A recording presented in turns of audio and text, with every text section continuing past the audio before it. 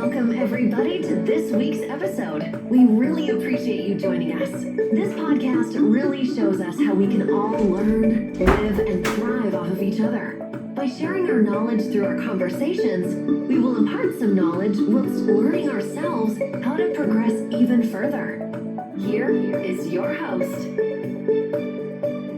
Hey everybody, welcome back to Kinesis Show Podcast. Today I have the honor of talking with supermom Charlotte Laws. You might have seen her featured on the documentary on Netflix called The Most Hated Man on the Internet. Charlotte Laws is an American anti-revenge porn activist who campaigned to get nude photos of her daughter taken off Hunter Moore's website. I will get right into this interview after this break. I woke up.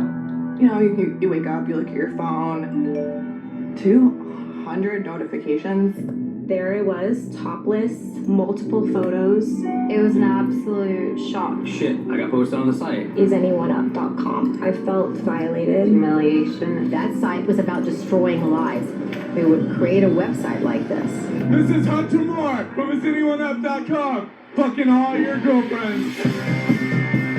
Hunter Moore, also known as the most hated man on the internet. And his website is Anyone Up. Me and my friends would just post a bunch of girls, and I was like, yo, I can make money out fucking people over. He thought of himself as the king of revenge porn.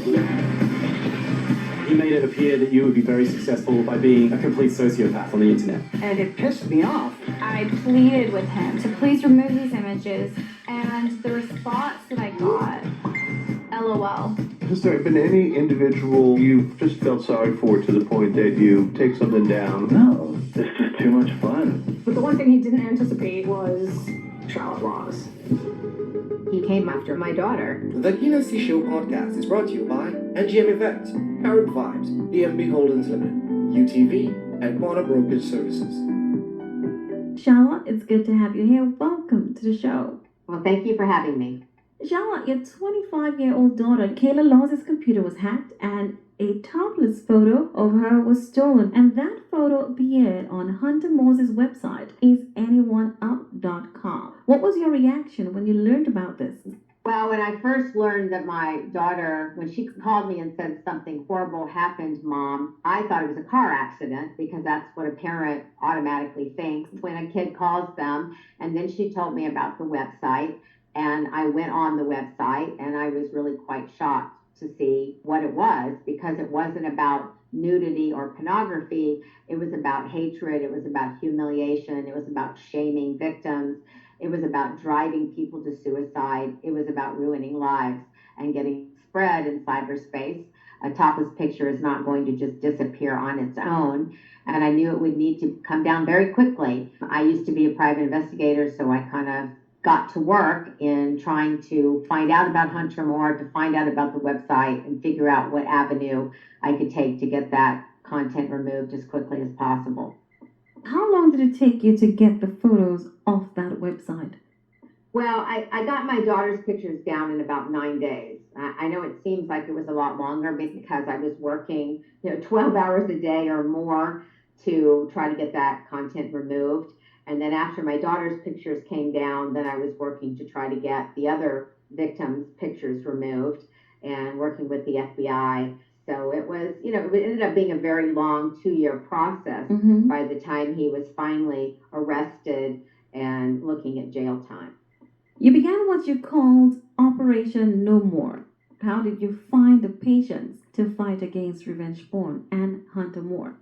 It took a lot of work. It was very much an uphill battle, and I had to find out what the truth was about him, so I had to investigate him and investigate his website.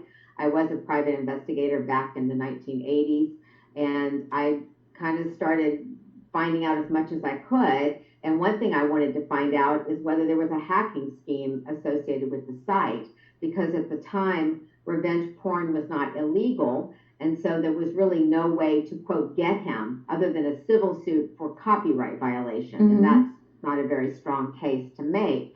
So I felt that there was probably a hacking scheme because my daughter had found one of her friends was also posted on the site, and she called her friend, and her friend said she had been hacked. So here I was, a person who had never heard of revenge porn before, who had never heard of the site before. I only know of 2 people on the site, and both had been hacked. So I decided to launch an investigation to find out how various victims got posted. And it was very difficult because I didn't want to use technology. I didn't want to use social media or email because I was scared a hacker could be on there. So everything had to be done by the phone. And sometimes I would just have the person's last name and their city, and I would have to call people with the same last name in that city and say, are you related to so-and-so? Could you have her call me? It was very roundabout and very difficult. But I talked to 40 victims, and I found out that 40% of them had been hacked. And I knew that some of them had been hacked by the same hacker as my daughter because he left this email behind on social media when he got into their social media pages. So luckily, I was able to give this information, my 12-inch file on Hunter Moore and his website. I was able to hand it over to the FBI. Perhaps that helped them want to take the investigation forward. What was it like when the FBI finally said, we're going to take up a case and we're going to arrest Hunter Moore for what he's done? Well, when they took up the case, that was, way back right after my daughter had been hacked. It was kind of back at the beginning of the year. By the time they raided him, it was about 12 months later. And by the time they arrested him, it was like another 12 months. So it was a very long process. But I was very happy when they said they were going to take the case because they had indicated when they came to my house that they normally only took cases that involved large losses of money. And, the victims in general had not lost a bunch of money. And they also had told me at that time that the cases do take at least a year to investigate. So it is a long process. And they came to the house 3 times total. And the 3rd time we had a victims meeting at the house. So I invited other victims to come to my home, and the FBI came, and they were able to talk to victims individually. Some of them were also accessible by phone, some of the victims. And so that was, that kind of helped, I think, put them on track to see that there was a lot of hacking going on and that they could use that against Hunter Moore. There was an interview as well that you did some time ago, and you were actually a surprise guest. Hunter Moore was also a guest on that program. He wasn't aware that you were going to be on. What was that like? Well, it was probably the worst interview I've ever done in my life. It was so stressful. And it was partly stressful because the FBI had said, don't say this, don't say that, don't be too emotional. They had this long laundry list of things that I could or couldn't do. And so I was a little bit freaked out about that because I didn't know, I was hesitant about what to say, what not to say. And the show had initially indicated that they didn't really care if I came on at all. I was originally booked to come to the studio, and at the last minute they said, no, we don't really care if you come on at all, but if you want to do it, you can just do it from your house and do it through video. And so I was really kind of thrown off. I mean, the whole experience was a really tough experience, plus having to come face to face with Hunter Moore and accuse him of the hacking, which no one had ever accused him of before. And, it was kind of scary too, because he has this following that he called the family. He called himself the father. They were the children. And it was Charles Manson type of language. And his followers, some of them would say, I will kill for you, Father. Tell me what you want me to do. So when I went against Hunter on this particular show, that was when I was put on the radar for his followers. And that's when I started getting, serious death threats and computer viruses. And then later on, there was even a stalker at my house, which is something that was left out of the documentary. Tell us what that was like for you then. Well, it was a mother to stalker showdown, is what I say. So my daughter had seen this white car sitting outside of our house on one particular night. And I had been told by the computer repairman who had come to get the viruses off my computer, he had told me to be leery of any unusual cars or vans on the street, because if someone wanted to hack into our network, they need to be close to the house. But I had not told my daughter this. So I couldn't accuse her of paranoia when the next day she says, Mom, there was a car in front of our house yesterday and the car is outside again now. Mhm. And at this point, it was pretty late in all the things happening. And I was just super pissed off at this point. So I just marched out the front door and my daughter was running behind going, Mom, what are you going to do? Mom, what are you going to do? And I just went up to this car and there was this young, probably 20 to 30-year-old blonde, curly haired kid sitting there looking at something in his lap. And I said, may I help you? And he just looks at me, freaks out, and just zooms away. He almost hits our neighbor's wall. So I feel like he was guilty because otherwise he would have said, I'm just waiting for your neighbor. Or, he would have said, had an excuse, instead of zooming away in fear. So that was my stalker experience. And I went and bought locks for my gates. And we also slept with metal rods under our beds because now we were scared. They knew where we lived and I didn't know if someone would try to come and get into the house. You mentioned that a stalker showed up at your house, and that wasn't put in the documentary, The Most Hated Man on the Internet on Netflix. Was there any other thing that was left out of the documentary? If so, can you tell us about it?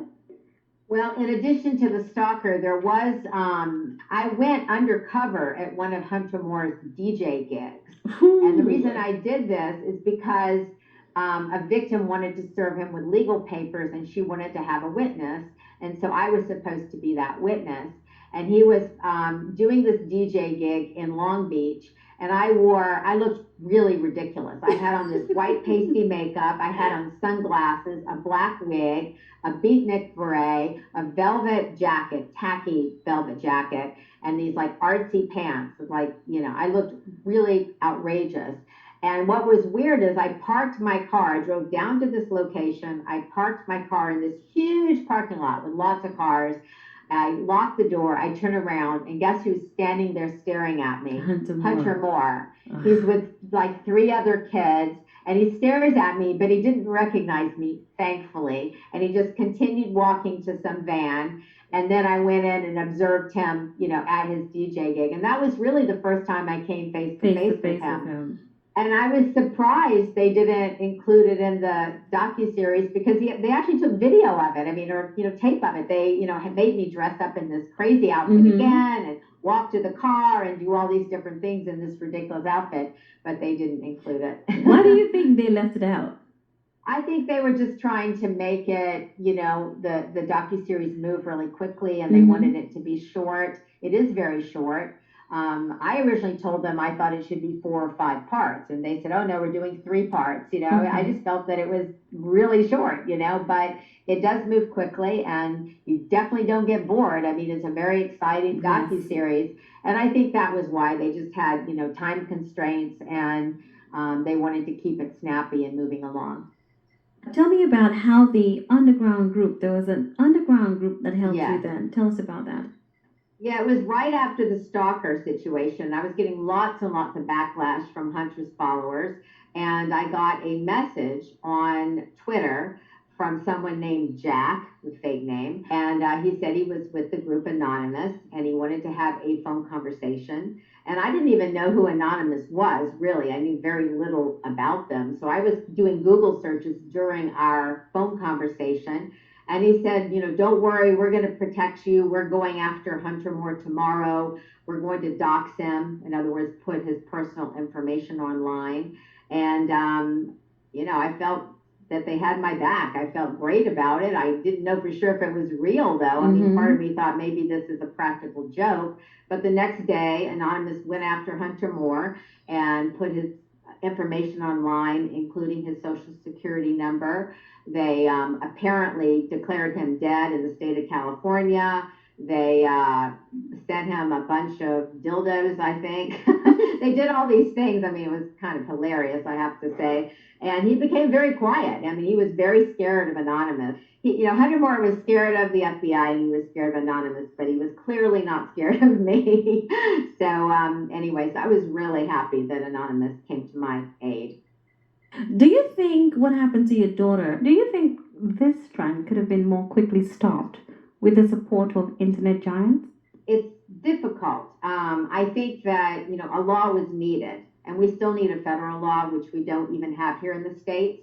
We do have laws in 48 states, but it's mostly a misdemeanor, and they're very weak laws, and we've had great difficulty getting a federal law passed. So I think that's crucial, because for some reason the perps who do this, not just Hunter Moore, but the others who run these sites and who distribute revenge porn, they don't want to go to jail. They're very afraid of law enforcement. They are not afraid of civil suits. So you can sue them and they don't even show up in court. Hunter Moore was sued for $250,000 and he has a judgment against him now. He doesn't even show up. He just doesn't care because they don't have assets. A lot of them are young guys who live at home with their parents and they just don't care if they get sued civilly. I do think it's important that the tech companies remove revenge porn, and especially now that it is illegal. And I personally think that revenge porn should be an exception to the First Amendment, just like child pornography and incitement and the others. So it should be something that is just simply not permitted in society because there's no benefit to it. To me, it is not free speech. It doesn't help with disseminating ideas. It's not part of the marketplace of ideas, in my opinion. It's just nude pictures of private, individual people. And I think it is similar to a social security number. It is something that should remain private. And it damages people's lives and drives them to suicide. Absolutely. I mean, 50% of victims contemplate suicide, and 93% say that they have suffered extreme emotional distress. And 80% of employers will check your online presence before they decide to hire you. And if they see revenge porn, they see nude pictures of you, you're very unlikely to get hired for that position. I'm wondering if you have any other cases that you could share with us, other than your daughter that you have done a lot of work with and helped. Are there stories that you could share that would help us understand the extent of this problem? Well, there were a couple of cases that kind of stood out during my fight against revenge porn and Hunter Moore's site. One was this teacher from Kansas, and I knew she was going to get posted because Hunter had put on his Twitter, should I post the teacher from Kansas? Do you think she'll get fired? And his followers are like, fire that slut. And yeah, post them. So he did post those pictures. And so I knew in advance they were going to be posted. And it had the name of the school. And his followers then started bombarding the school board and teachers and anybody they could find with those pictures to try to get her fired. So I called the school the next morning and left a message for her to call me. And she was in her classroom, and the principal had come in and said, get your things together and go home. Mm-hmm. And she said, why? He goes, get your things together and go home. So she got her things together, and as she walked past the front desk, the person there gave her my number to call, and she walked out to the parking lot, and that's when she phoned me. And that's the first time she even knew that she was on the site. And she was just hysterical, freaked out, and ended up losing her job over it. And there were many teachers that I spoke with who ended up being fired from their positions. Another victim was from Iran. And she was completely freaked out about her picture. She came from a very, very conservative family. And her father was insisting that she join the family and go back to Iran to visit relatives, and she knew that if she were to go back to Iran while that picture was online, the topless picture that she had on the site, that she could be killed. She could be arrested by authorities in Iran. I mean, that was it was the very harsh penalties that you get for something like that in the Middle East. And so she was just absolutely desperate to get that picture down and trying to make up excuses to her father as to why she couldn't go. And finally had to tell her mother, and her mother, basically just told her, she's, told the father she's not going, that's it, So it was, there was some very harrowing experiences for a lot of the victims. There was another victim who, it wasn't even her body. She said it was what you call morphed porn or a deep fake, where it was her head, but it was like a porn star's body. And there were a bunch of pictures like that. And so she was looking at losing custody of her children because her ex-husband was saying, well, there are these nude pictures of you online, and so therefore I'm going to get custody of the kids. And she was really, freaked out about that. So, it was being used against her, even though it wasn't her body, and I'm sure he knew that it wasn't, but he could use it as evidence in order to get custody of the children. What do you think individuals around the world can do to prevent this from reoccurring? It's hard for me to say around the world because I think every country is different, and it can be more dangerous in some countries than others. And there are also many countries now that have laws against revenge porn, so you can go to the authorities. The UK has a helpline. We have a hotline here in the United States also that victims can call. It's called Cyber Civil Rights Initiative, and they can call the hotline related to that website, and they can talk to someone 24 hours a day. We have here and in the UK, there is something called the Cyber Civil Rights Legal Project, which is teams of lawyers all over this country, and as I said, also in the UK, who will help victims pro bono. So there may be resources like this in other countries. I don't know the laws, and I don't know what resources are available in, all the different countries. But I would encourage, all places to have some kind of a law, because I have found that the laws are definitely a deterrent. And it doesn't mean that we've gotten rid of revenge porn, but I definitely think that it helps greatly to have laws in place, because for some reason, as I said earlier, these perps are very afraid of law enforcement. When did you find out that they were going to do a documentary? They came to me probably, like 2 years ago or so. And I had actually a lot of people approach me both for documentaries and scripted projects. But this one just sounded like it was going to be, a really well done documentary. And I had a lot of belief that Raw TV, it's an excellent company, and Netflix, of course, is an excellent network. And so I felt that it would be a very successful project, and that they would get the message across, which A, is important to inform the public about this issue, and B, I was really hoping, and I'm still hoping, that the documentary will lead to a federal anti-revenge porn law. So that was kind of what I'm hoping comes out of the documentary, and I thought they did an excellent job putting it together and giving the point of view of the victims and not glorifying Hunter Moore, because in the past, Hunter Moore was very much glorified by the media 10 years ago. He had the headlines, and he was on the shows, and he was, oh, wow, isn't he cool? What a cool business model. And so I was very happy to see that Netflix and Raw TV did not present him that way. They really showed the pain and anguish that he caused so many thousands of people. How do you interpret the success of Hunter Moore? Even now, we could read tons and tons of nostalgic messages by fans on Twitter. A lot of them are written by females. That is absolutely true. There are a lot of females who supported him, and there are probably females who still support him. He is on a couple of other social media sites. One of them is TikTok, and there's another one I know. And he, has been gathering somewhat of a following again, which is very sad, because he hasn't changed his mindset. He has the same perspective that he had 10 years ago.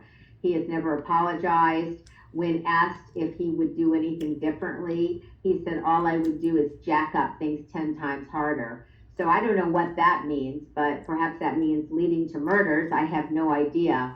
But he must be a miserable shell of a person, because he believes that tearing other people down somehow builds him up.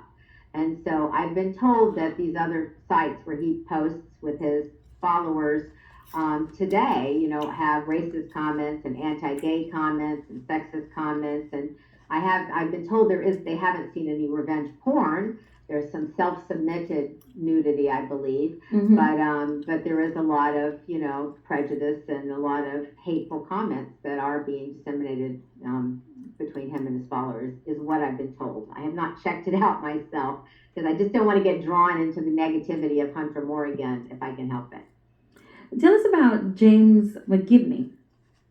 Yeah, he bought the domain, and so So the site came down, and then Hunter later was talking about reposting the site with a new domain. In fact, he was going to put it on huntermore.tv, And except he said he was going to make it worse because he said that he would not only post all the original content, but he would post home addresses of the victims with driving directions on how to get to their houses. And that's when Anonymous came to the rescue, which I actually think there's a good chance that Hunter would have reposted the entire website. And the reason I think that is because everybody thought the investigation by the FBI had been concluded. In fact, I didn't think the FBI were investigating anymore because so much time had passed. And so it was just kind of like, I think he thought, well, I'm in the clear. The FBI aren't looking into me anymore. I'm just going to go back to business as usual. Plus, a lot of his followers were really upset that he took down that site. And they were, telling me he was a sellout and what's the matter with you and put it back up. So he was getting pushed by his followers to post it again. And so I actually do think there's a very good chance it would have come up if Anonymous hadn't stepped in and doxed him and scared him to death. Your daughter is now married, a real estate agent. What is that like for her after this experience, this entire ordeal? My daughter is very happy right now. She got married, as you said, and she's enjoying her career as a real estate agent. I was a real estate agent for 35 years, so she kind of grew up with it. And she would go to open houses with me, and she would show property with me, even when she was like 2 years old. She was tagging along and helping her mom. So she's been in this industry for a very long time, and she enjoys it. And she bought her first townhouse a couple of years ago with her husband, her now husband, and they're looking to actually buy a house hopefully in the next year. So she's doing very well. She has 2 cute little dogs, and she's feeling much more comfortable with this issue. She really was traumatized by what happened 10 years ago and didn't even originally want to be in this docuseries. In fact, we got all the way to the final day of filming, and that's when she agreed to do a half day of filming. She wasn't going to do it at all. And now she's leaning into it, and she's feeling a lot more comfortable with it. And she does feel that it's an important issue, and we need to, get the issue out there to the masses so people are educated about it.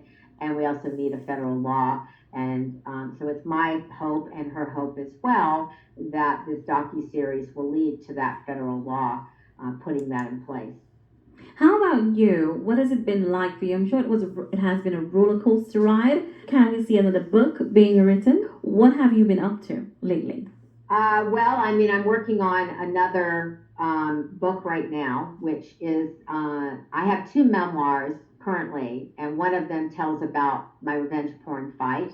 The 2 memoirs are Rebel in High Heels, and the other one is Undercover Debutante.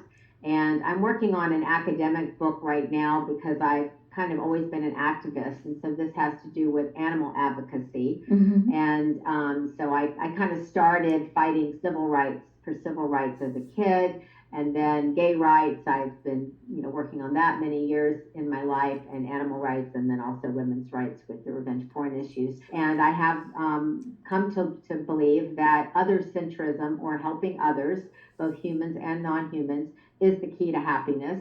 And the key to success is persistence. Just keep plugging along and keep going for those dreams, whatever they may be. So that's how I try to live my life. And, I devote a lot of time to, causes and to activism, both helping women and the revenge porn issue, but also helping animals and other causes.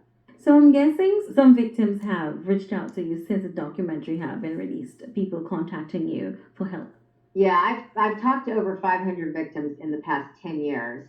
And these are victims of either non-consensual pornography or morphed porn or sextortion. And I just give them as much advice as I can. When I first started out, there really was no guidance. In fact, I had originally called 9 attorneys who just threw up their arms and said, I don't know what to tell you. I don't know anything about this. No one knows anything about this. And that's why I kind of had to figure it out for myself. And so, because I have experience with the issue and I'm someone they can talk to, I feel, like I can benefit these victims. A lot of times I feel like a suicide hotline. I mean, they are crying, they're freaked out, they don't want to tell their parents or their friends, they're embarrassed, they're humiliated. Mhm. And so I am a person they can talk to because I've, had experience with it, and I'm somebody that's not part of their everyday life. So I think they feel there's a distance, and that makes them feel more comfortable. Do you have any final advice that you'd like to offer victims out there? Well, I already mentioned the two resources, at least in the United States, and I would say that if you're in another country, that you should, push for legislation if you don't already have it in your area, because I do find that does help curtail this kind of abuse.